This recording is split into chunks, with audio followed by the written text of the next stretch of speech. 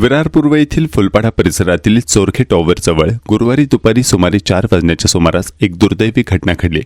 ग्राहकाच्या तक्रारीनंतर वीज खांबावर दुरुस्तीचे काम करत असलेल्या 18 वर्षीय कंत्राटी कर्मचाऱ्याचा विजेचा जोरदार धक्का लागल्याने मृत्यू झाला।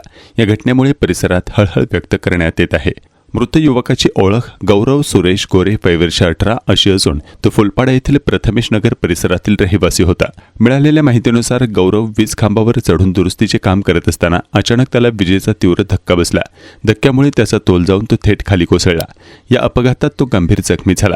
घटनास्थळी उपस्थित असलेल्या अन्य कर्मचाऱ्यांनी तत्काळ त्याला उपचारासाठी VHMCच्या नारंगी रुग्णालयात दाखल केले।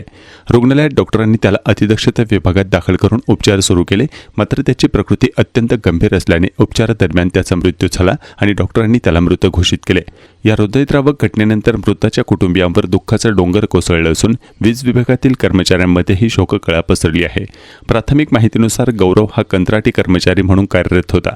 घटनेची माहिती मिळताच विरार पोलिसांनी घटनास्थळ तसेच रुग्णालयात भेट देऊन तपास सुरू केला।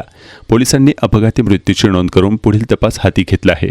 तसेच या दुर्घटनेमागील नेमके कारण आणि सुरक्षाविषयक नियमांचे पालन झाले होते का याचाही तपास केला जात आहे।